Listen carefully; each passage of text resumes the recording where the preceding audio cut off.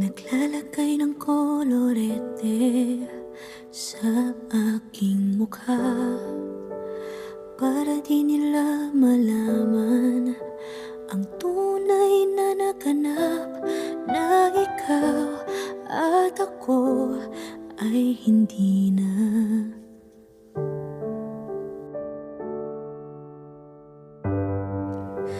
Iniensayo pang mga ngiti para di halata.